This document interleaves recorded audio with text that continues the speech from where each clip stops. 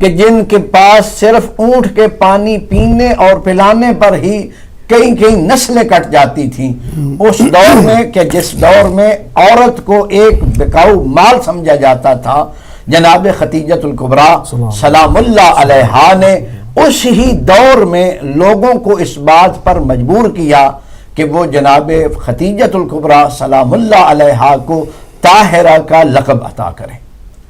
کہ ایسی خاتون کہ جس کی زندگی میں طہارت اور پاکیزگی یہ سب سے اہم چیز سمجھی جاتی تھی، اور یہ ایک الہی نظام ہے۔ جب کسی کی ذات میں تقوی اجاگر ہوتا ہے اور طہارت سمو جاتی ہے تو اس کا ایک رہب، دبدبہ اور ایک مومنین کے قلوب میں اس کی محبت اور شان و شوکت وہ پیدا ہوتی ہے۔ یہ خدا کا اپنے نمائندوں کے ساتھ، الہی انسانوں کے ساتھ یہ وعدہ ہے کہ تم اگر میرے لیے ہو جاؤ گے تو میں اپنے بندوں کے دلوں میں تمہاری محبت کو سمو دوں گا۔ لہذا جناب خدیجۃ الکبریٰ سلام اللہ علیہا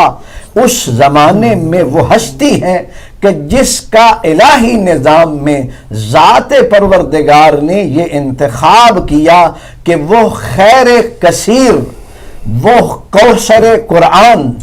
وہ اسوہ جہان، وہ صدیقۃ الکبریٰ، وہ ام الائمہ، وہ ام ابیہا، وہ فاطمۃ الزہراء، وہ صدیقۃ الکبریٰ، وہ گوہر نامدار ہستی کائنات، وہ کہ جس کے وجود پر پیغمبر خدا بھی افتخار کریں، وہ کہ جس کی ذات پر امیر المومنین بھی افتخار کریں، وہ کہ جس کو سید شباب اہل الجنہ مادر گرامی کہہ کر سلام اور ادب کریں، اس ہستی کو اللہ تبارک و تعالی نے جناب خدیجۃ الکبریٰ کے بطن میں مقام عطا کیا۔ یہ خود ایک قرآن کی روح سے منہ بولتا ثبوت ہے طہارت پر، عفت پر، صداقت پر، شرافت پر، دیانت پر، عقلانیت پر،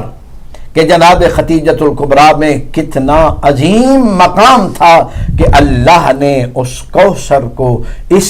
جام خدیجۃ الکبریٰ میں رکھ کر اپنے آخری نبی سید الرسل کی بارگاہ میں یہ ہدیہ ان کی طرف سے پیش کیا۔ اور جب رسالت مآب معراج پر تشریف لے گئے اور حضرت معراج سے واپس آئے، جبرائیل نے آپ کا آخر تک جو ہے وہ ساتھ دیا، جیسے لے جانے میں ساتھ تھے اسی طرح آخر تک آئے۔ اب مہد اخلاق نے، مرکز اخلاق نے، اسوہ اخلاق نے کہ وہ ذات پروردگار جو اس کائنات کو، جس پوری دنیا کو کچھ بھی نہیں سمجھتی الا متاع قلیل، وہ پیغمبر خدا کے اخلاق کے بارے میں ارشاد فرماتا ہے انک لعلی خلق عظیم۔ اس عظیم اخلاق کے مرکز نے جب جبرائیل سے یہ پوچھا، اے ملکوت کے امین، اے تمام رسولوں کے پاس الہی امانتیں پہنچانے والے، اگر تمہاری کوئی دل کی حسرت ہے تو محمد مصطفیٰ پوری کرتے ہیں، تو کہا اے حبیب کبریا، اللہ کی طرف سے اور میں جبرائیل کی طرف سے کنیز خدا جناب خدیجۃ الکبریٰ سلام اللہ علیہا کو اللہ کی طرف سے اور میری طرف سے سلام پہنچا دینا۔ سبحان اللہ، یہ بہت بڑی بات ہے کہ اللہ کی طرف سے اگر سلام آیا ہے تو انبیاء کے لیے آیا ہے، اولیاء کے لیے آیا ہے۔ اس سے انسان یہ نتیجہ نکالتا ہے کہ اللہ کی بارگاہ میں بھی جناب خدیجۃ الکبریٰ سلام اللہ علیہا کا بہت بڑا مقام تھا، طہارت کے اعتبار سے حضرت کا بہت بڑا مقام تھا۔ اور ایک نقطہ جو میں عرض کرنا چاہوں گا کہ یہ باتیں ہم کرتے رہتے ہیں، باتیں کرنا آسان ہے، لیکن حضرت خدیجۃ الکبریٰ ایک وہ ہستی ہیں کہ جن کی دولت کی طرف تو لوگوں کی توجہ ہے، حالانکہ اگر غور کریں تو تاریخ میں حضرت کے والد سے ان کی مالی شہرت نہیں ملتی۔ یہ جو شہرت مالی بڑی ہے وہ جناب خدیجۃ الکبریٰ کے دور میں ہے کہ حضرت عقیلہ قریش بھی سمجھی جاتی تھیں، کیونکہ خود حضرت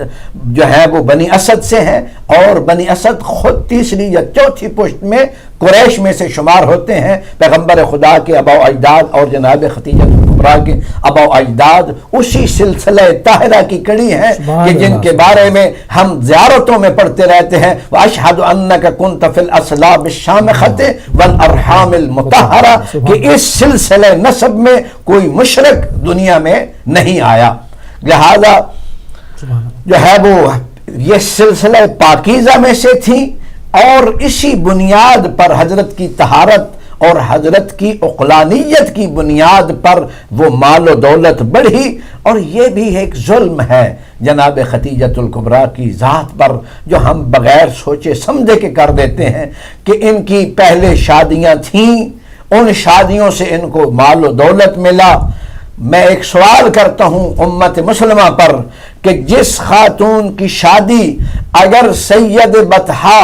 سید الرسل کے ہاں ہوتی ہے تو مکے والے ناراض ہوتے ہیں،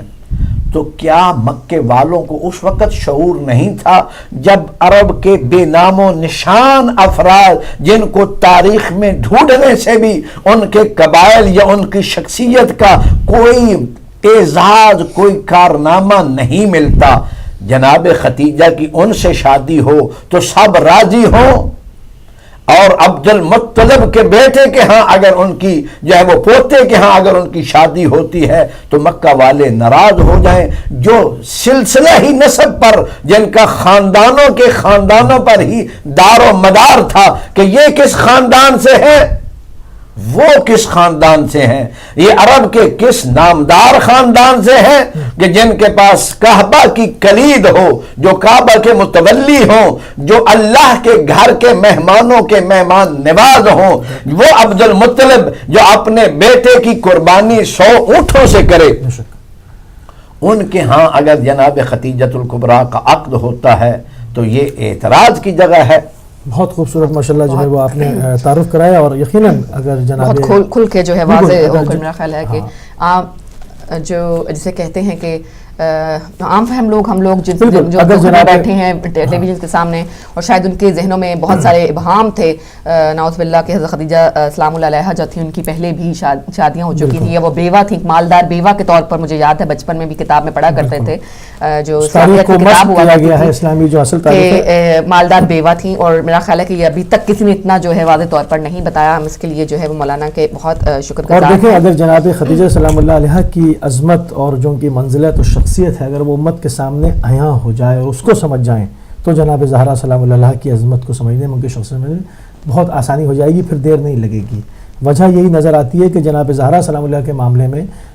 کہ اگر ان کی شخصیت کو نہیں سمجھا جا رہا تو اس کی بنیاد یہ ہے کہ وہ جناب خدیجہ کو بھی نہیں سمجھیں۔ تو بہت خوبصورت قبلہ نے تعارف کرایا، اور یقیناً بریک کا ٹائم جی کچھ لمحوں میں جو ہے وہ بریک ہوگی، اور انشاءاللہ جو ہے ہم نے چونکہ بنیاد سے بات کی ہے تو سمجھنے میں بھی آسانی ہمیں ہوگی، اور جو ہم انشاءاللہ بریک کے بعد جو ہے وہ مکمل طور پر اب جو جناب زہرا سلام اللہ علیہا کی سیرت اور کردار کے بارے میں اور ان کی شہادت کے بارے میں جو ہے علامہ سے گفتگو سنیں گے۔ ناظرین جائیں گے ایک چھوٹے سے بریک کی طرف، بریک کے بعد واپس آتے ہیں، آپ سے ملتے ہیں اور اس پروگرام کو جاری رکھتے ہیں، لیتے ہیں ایک چھوٹا سا وقفہ۔